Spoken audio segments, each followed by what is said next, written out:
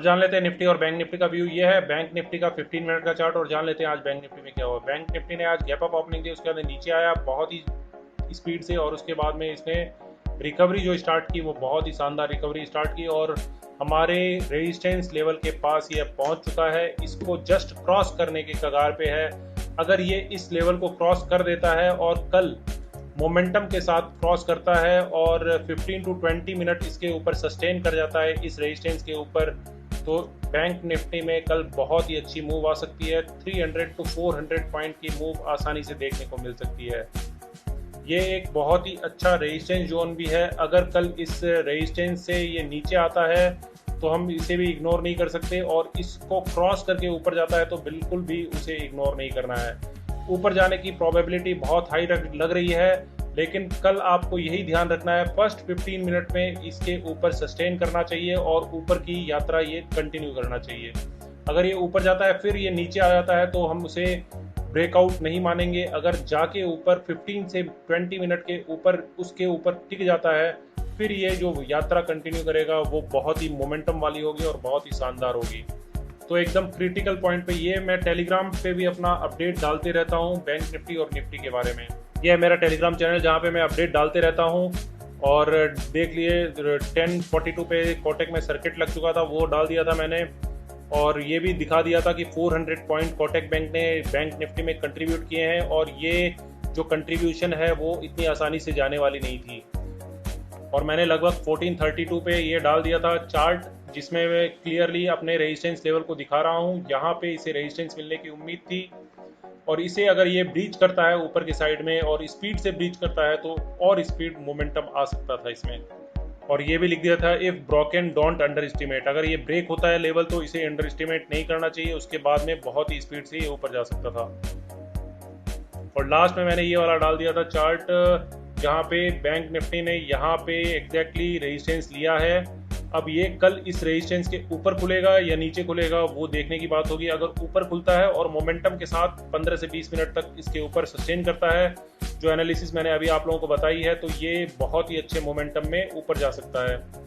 और मुझे जो भी सब सही लगता है मैं वो डालते रहता हूँ। निफ्टी और बैंक निफ्टी का व्यू भी डालते रहता हूँ और किसी स्टॉक में अच्छा मोमेंटम रहता है तो वो भी डाल देता हूँ। आज हमारे तीनों स्टॉक ने बहुत ही शानदार परफॉर्मेंस दी है, तीनों ने ही अपने टारगेट को हिट किया है। यह है निफ्टी का 15 मिनट का चार्ट और देख लेते हैं क्या हुआ निफ्टी में। निफ्टी में आप देख सकते हैं किस लेवल से ये टर्न मारता है। यहाँ पे आप देख सकते हैं यहाँ पे नीचे आया और फिर टर्न इसने मार लिया। मैंने बिल्कुल क्लियरली कह दिया था इस जोन में निफ्टी जब तक काम कर रहा है आपको कुछ नहीं करना है, ना ही आपको लॉन्ग करना है ना ही शॉर्ट करना है। जैसे ही 12,000 के ऊपर के लेवल को ये ब्रीच करता है तो हम इसमें कॉल बाय कर सकते हैं या फिर बुलिश पोजीशन बुलिश स्प्रेड बना के काम कर सकते हैं। आज बैंक निफ्टी में गैप अप ओपनिंग हुई, फिर नीचे गया, फिर ऊपर आके ऊपर ही ऊपर चलता चला गया। जब तक इस रेंज में निफ्टी फंसा हुआ है इसमें काम करना बहुत गलत होगा। आपको अगर काम करना है तो आप पुट को सेल कर दीजिए, यहाँ पे कॉल को सेल कर दीजिए। कॉल और पुट को सेल करके आप काम कर सकते हैं। इसमें बस यही ध्यान रखेंगे जैसे ही इस लेवल को ब्रीच करता है तो आपको अपनी कॉल की शॉर्टिंग वाली पोजीशन काट देनी है और सिर्फ पुट की पोजीशन रखनी है।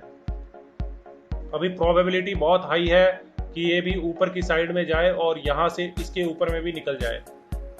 तो जब तक ये रेंज में, अभी भी मेरा यही व्यू है, जब तक इस रेंज से बाहर नहीं निकलता है निफ्टी तब तक हम इसमें कोई काम नहीं करेंगे। अगर कोई टॉपिक आप लोगों को समझ में नहीं आ रहा है एजुकेशनल पॉइंट ऑफ व्यू से तो आप मुझसे डायरेक्टली क्वेश्चन पूछ सकते हैं, आप कमेंट बॉक्स में डाल सकते हैं, मैं कोशिश करूंगा उसे सॉल्व करने की।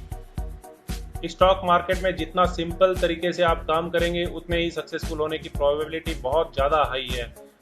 तो इसलिए आप हमेशा डिसिप्लिन से काम करें, एसएल के साथ काम करें और ओवर साइजिंग बिल्कुल ना करें।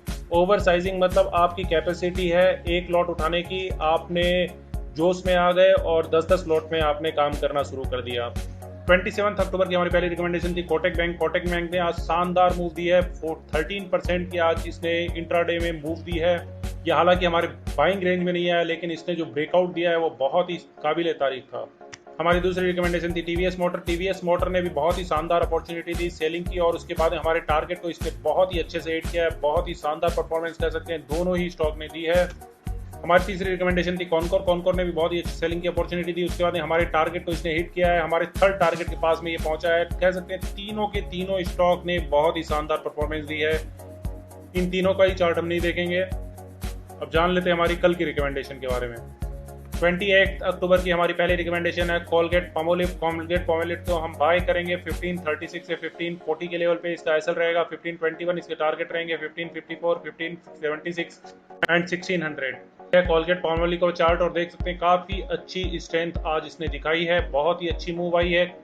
आज पूरे एफएमसीजी सेक्टर में बहुत शानदार मूव रही है। नेस्ले ने भी आज बहुत ही अच्छी मूव दी है, ब्रिटानिया, डाबर सब ने बहुत ही अच्छी मूव दी है। ये भी कोलगेट पामोलिव ने भी बहुत ही शानदार मूव दी है। इसे हम इग्नोर नहीं करेंगे, इसे हम बाई करेंगे। हालांकि क्वांटिटी आप कम रख सकते हैं, लेकिन इसमें जो मूव है वो मोमेंटम है वो कल पूरा संभावना है कि ये ऊपर की तरफ ही यात्रा करेगा अपनी, और अपनी जर्नी को कंटिन्यू रखना चाहिए।